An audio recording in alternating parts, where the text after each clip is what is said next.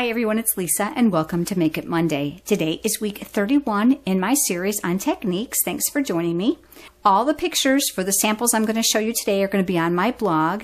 Today I'm going to be teaching you the much loved chalkboard technique. Let's get started.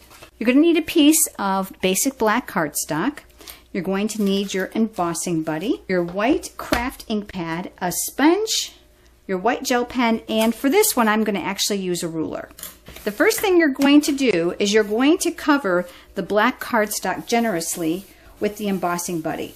The embossing buddy is an anti-static powder that will tell the embossing powder to only stick where there is ink. It will leave a little bit of a white powdery finish, but that's easy to take off when we're all done.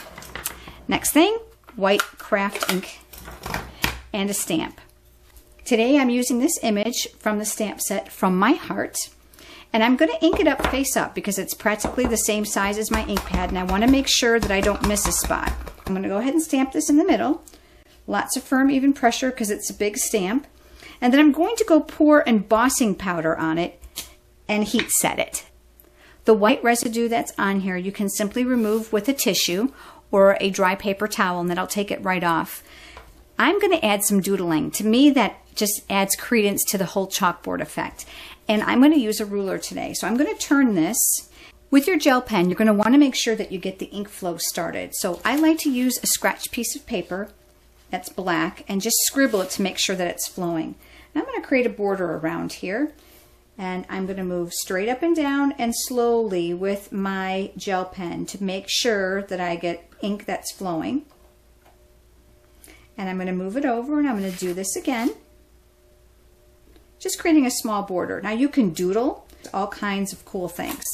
All right, so there we go. We've got two lines. Now I'm going to continue this all the way around.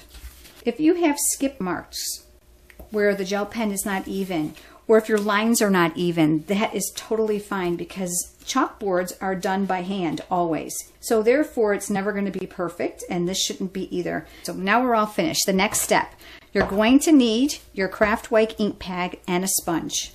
And you're going to rub ink on those black surfaces. Now it doesn't have to be perfect because we want a messy look. That's what makes it look like chalk. The other thing I've done is when I've used my gel pen, you're going to notice that it's wet at first. So you can smear it with your finger. If you don't like the mess, that's where the sponge really comes in handy. So there you go. That's the chalkboard technique. Here's a couple other samples for you. This one I've done into a circle, and I just hand doodled around there, and I punched out a small heart to coordinate with the cherry cobbler cardstock, and this heart is from the Owl Builder Punch, and added some cherry cobbler seam binding ribbon. Now this is a circle card, so let me explain to you how I did this.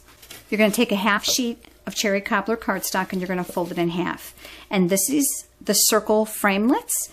All you're going to do is make sure that a small portion of the folded area is hanging off of the framelit before you put it through the big shot machine. And that leaves you with a circle card. And you can see that the seam is still intact here at the top. Last but not least, this is a really small example, and I'm going to hold it up a little closer so you can see it. A small area of chalkboard, and then I use the Tape It and the Gorgeous Grunge stamp sets and a little bit from Hello Lovely just to create a really modern card. So these are today's samples for you on the technique called chalkboard. Please subscribe to my YouTube channel so that you don't miss any of the upcoming techniques in my series.